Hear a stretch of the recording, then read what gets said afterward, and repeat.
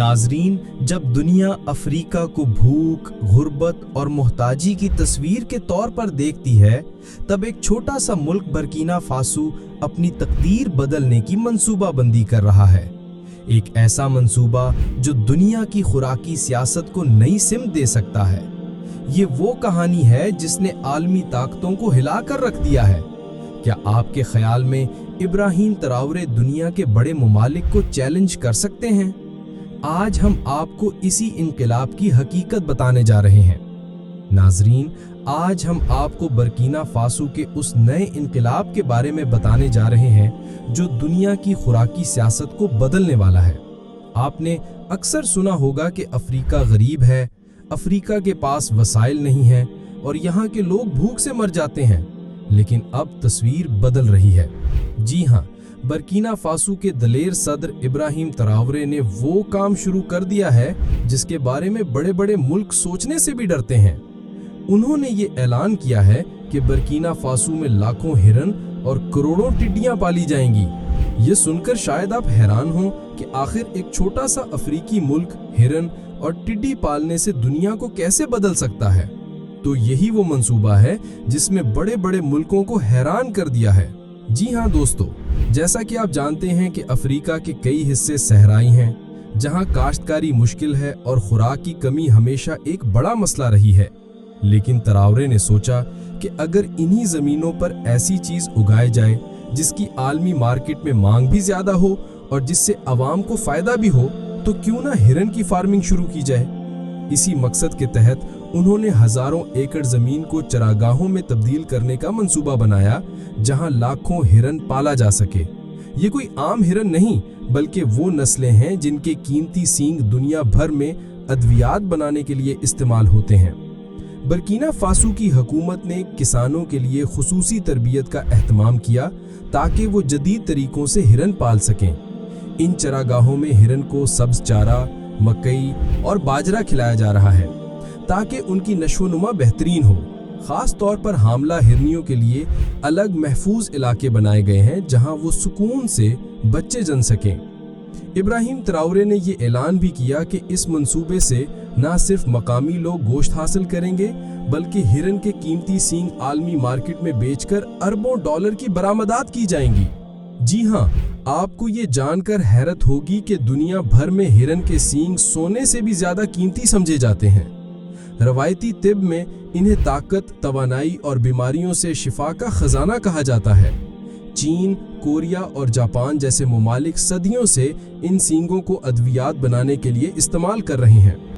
लेकिन Ibrahim Traore ने फैसला किया है कि बर्किना फासो भी इस मार्केट में अपनी जगह बनाएगा। मकामी अफ्रीकी तिब में भी हिरन के सींग की खास अहमियत है।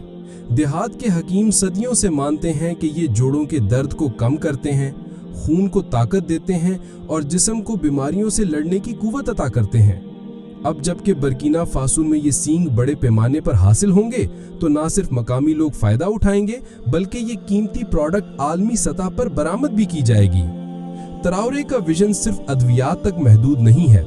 उन्होंने ऐलान किया है कि हिरन के सींगों को पाउडर, कैप्सूल्स और मुख्तलिफ सप्लीमेंट्स की शक्ल में तैयार करके यूरोप, मशरक़ विस्ता और एशिया की मार्केट में भेजा जाएगा।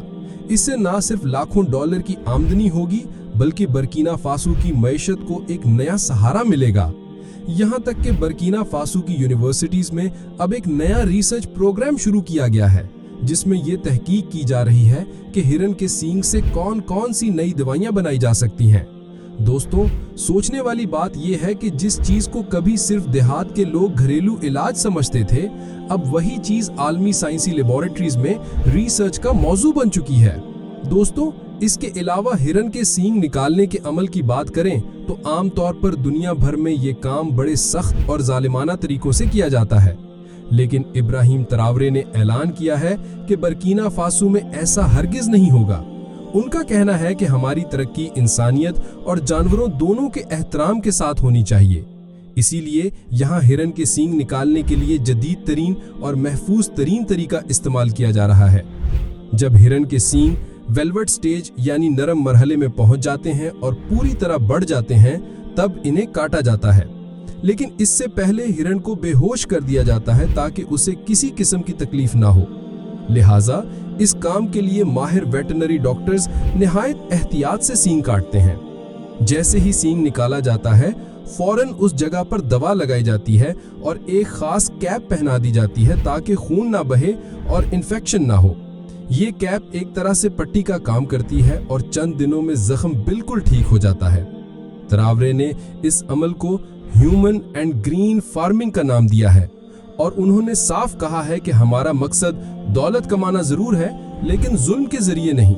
यही वजह है कि आलमी माहिरीन भी इस मंसूबे को सराह रहे हैं और इसे दुनिया की सबसे एथिकल फार्मिंग करार दे रहे हैं।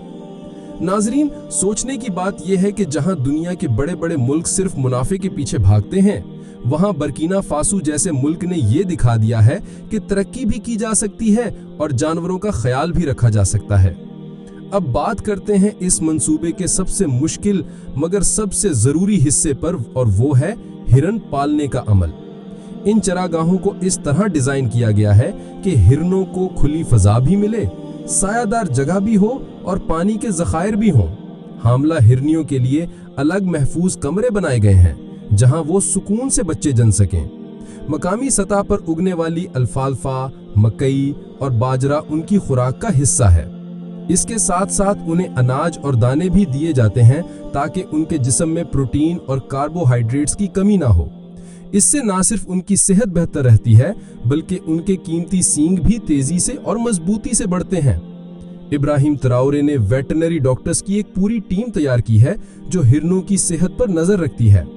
हर हिरन का मेडिकल रिकॉर्ड रखा जा रहा है, उनके टीके लगाए जाते हैं और बीमार होने की सूरत में फौरन इलाज किया जाता है। ये वो चीज है जो पहले बर्किना फासो में कभी नहीं देखी गई थी। ये सब कुछ इस बात का सबूत है कि इब्राहिम तरावरे का मकसद सिर्फ गोश्त या सींग हासिल करना नहीं, बल्कि एक मॉडर्न और पायदार निजाम कायम करना है। नाजरीन, अब आते हैं इस मंसूबे के उस हिस्से पर जो बराह रास्त अवाम के फायदे के लिए है, यानी हिरन के गोश्त की खपत और पकवान। आप जानते हैं कि बर्किना फासो जैसे मुल्क में सबसे बड़ा मसला यही है कि यहाँ प्रोटीन की कमी आम है। लोग अक्सर मुर्गी या बकरी के गोश्त पर ही गुजारा करते हैं, लेकिन इनकी कीमत भी रोज बरोज बढ़ती जा रही है। इब्राहिम तरावरे ने इसी जरूरत को सामने रखते हुए कहा कि हिरन फार्मिंग से हासिल होने वाला गोश्त आम आवाम को मुनासिब कीमत पर फराहम किया जाएगा ताकि किसी को भी भूख और कमजोरी का शिकार ना होना पड़े।